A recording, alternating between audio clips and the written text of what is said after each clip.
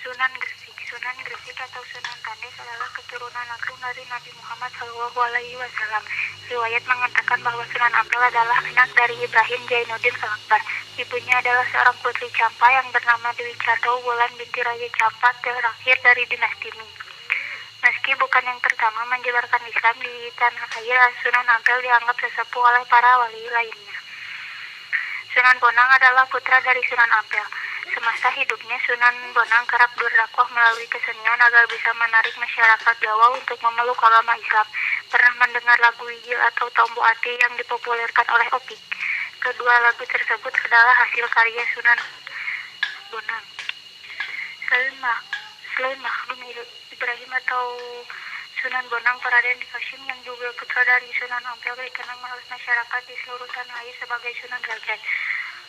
Dalam misinya untuk menyebarkan agama Islam di Indonesia menggunakan kegiatan sosial sebagai ujung tombaknya. Berbeda dibandingkan dengan Wali Songo sebelumnya yang pada umumnya langsung menyentuh masyarakat umum untuk menyebarkan agama Islam. Sunan Kudus memiliki andil yang besar dan dalam pemerintahan Kesultanan Demak. Perannya adalah sebagai panglima perang, nasihat untuk Sultan Demak, mursyid, troika, dan hakim. Sunan Giri adalah keturunan langsung dari Maulana Ishaq. Selama hidupnya ia menyintai ilmu Islam dari Sunan Ampel dan bersahabat dengan Sunan Bonang.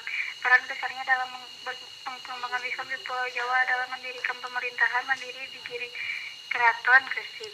Raden Said atau Sunan Kalijaga adalah anak dari Adipati Tuban bernama Tumenggung Wilatikta atau Raden Suhu.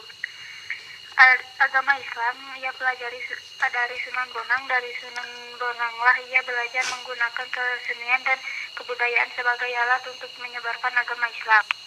Raden Umar Said atau Sunan Muria adalah anak dari Sunan Kalijaga, namanya Muria. Diperkirakan oleh masyarakat sekitar kota Kudus berasal dari nama gunung, yakni Gunung Muria. Gunung Muria itulah tempat di mana kini Sunan Muria dimakamkan. Gaya dakwah Sunan Muria pada umumnya mengambil metode yang digunakan ayahnya. Syarif Hidayatullah adalah anak dari Nyai Rara Santang, putri dari Praja Pajajaran Raden Manah Rarasa.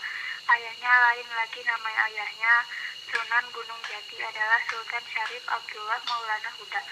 Tokoh Mesir keturunan Bani Hashim dari Palestina, Sunan Gunung Jati belajar agama dari berbagai negara sejak usia 14 tahun. Ia sudah belajar agama dari ulama di Mesir. Sekian dari saya, terima kasih sudah menonton. Mohon maaf apabila ada kesalahan. Terima kasih.